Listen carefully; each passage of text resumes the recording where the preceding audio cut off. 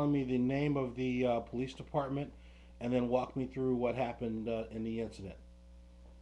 Okay, it was the East Baton Rouge Parish Sheriff's Office. Uh, it happened, let's see, the day before Thanksgiving, was the 24th. Just Wednesday afternoon.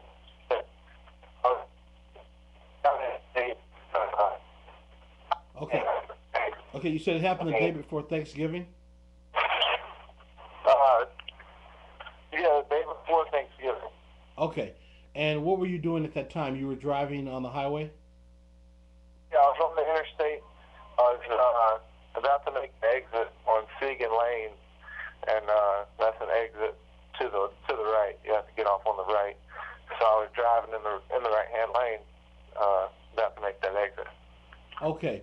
And what happened at that intersection or that area where you were driving, where you ultimately were excuse me were pulled over by the police? Tell me how that happened. Okay. Well, as I was approaching the exit, I noticed there was two police cars. They were parked on the shoulder. They had a bus pulled over, but the bus had pulled away. I saw the bus pull away, so there was just the two officers left. They were getting back in their car, and right about the time I was passing them, I noticed the officer in the back had just got in his car, and I was like, okay, I got plenty of time to pass them up before they pull out in front of me.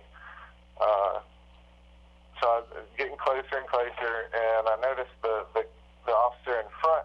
He started rolling like he was about to pull out. So I knew he was about to pull out on the interstate, but he wasn't going real fast, and he didn't really have time to pull out in front of me. So it looked like he was timing to where he was going to pull out right when I passed, so he could pull out right behind me. But that wasn't the case, because right as I was getting next to him, he just kind of bolted out right next to me, and I had to swerve around him to avoid hitting him. And luckily, there wasn't anybody in the left-hand lane, or I would have run into them. Okay, let me ask you a couple questions. So you're telling me that the officer was pulled on he was parked on the shoulder with another officer, and as you were passing where the two officers were, one of the officers pulled out onto the highway, nearly causing an accident with your vehicle. Right, and I had to swerve around him. I swerved to the left, halfway into the left lane, to avoid hitting him. Okay. And Well, hold on, hold on. How fast were you going, and were you driving legally at the time? yeah, I was driving completely legally. There's nothing wrong with the way I was driving. I was driving just at a normal safe speed. I wasn't speeding. It was daytime, so it wasn't dark. My headlights were on. My headlights were on all the time, because they come on whenever I turn the truck on. Okay, one couple more questions. They're, What were the weather conditions, and was it a clear day? yeah, it was bright and sunny. It was optimal driving conditions. It wasn't rainy. It wasn't even cloudy. Okay, so But the you could officer, you huh? could you could clearly see his car pull out in your way, and you had to avoid it. Now, if you had not swerved lanes, would you have run into him? Definitely, I would have run into the back corner of him, not into the back of him.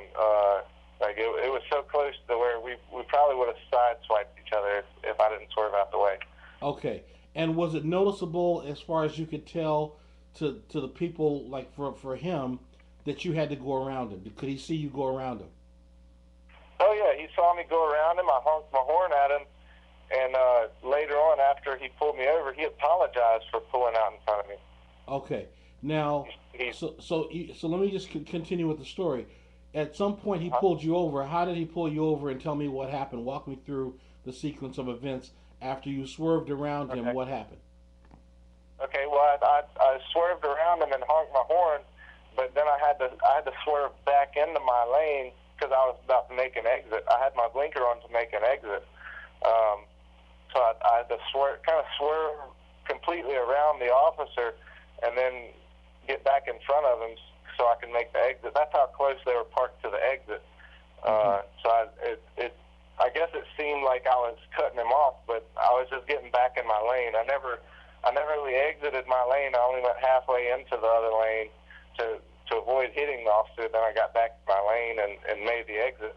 Okay. And I mean, I was all right. So I don't know the word to describe how I was feeling, but my windows were down, and I reached out the window and I flipped them off because he really annoyed me, I guess.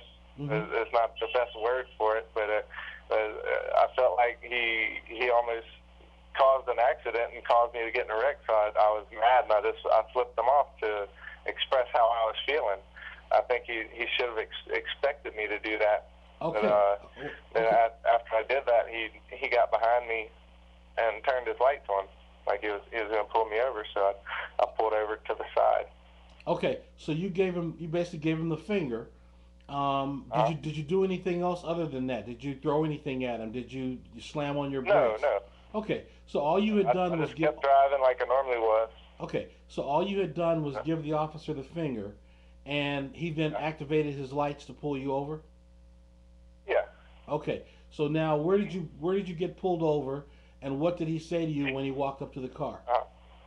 Well, I'll tell you one more thing. He was going to continue going down the interstate. He had already passed the exit when I flipped him off. But after I flipped him off, he cut across the I guess it's a kind of a safety zone with the white lines. Yeah. Right after the exit. So if somebody wanted to make an exit and they missed it. So he cut across that part and almost hit the guardrail trying to swerve back onto the exit to pull me over. So he wasn't going to make that exit until I flipped him off. He was going to keep going down the interstate. And so okay. he made the extra effort to come and pull me over for flipping him off. Okay. And I noticed this, and so I turned the recorder on my cell phone. So the whole traffic stop is recorded for the first 5 minutes because my phone only records 5 minutes at a time. Okay. Do you have a copy of the recording? Yeah, and I sent that to Internal Affairs, and so I have the recording, and I typed up a complete statement. Okay. Well, hold on. I'm gonna need the recording. When can you get me a copy of the recording? So I can forward it to you right when we hang up. Okay. Well, you know what? I'm gonna do some additional work on your case. Can you call me back later today if I need to talk with you? Yeah. Okay. And if I give you my email address, can you send me the recording now? Yeah, I can forward it to you now. Okay. And give me your full name so I know who I'm talking to and all that. Okay. My first name is Tyler, Tyler. Mm-hmm. And middle initials F, and last name is Kelly, Kelley. Okay. All right, Mr. Kelly. You can send that recording to Kamal. That's K as in King, A as in Apple, M as in Mary, A as in Apple, U as in uniform. Kamal at policeabuse.com. Police abuse, one word? Yeah, police abuse, all one word.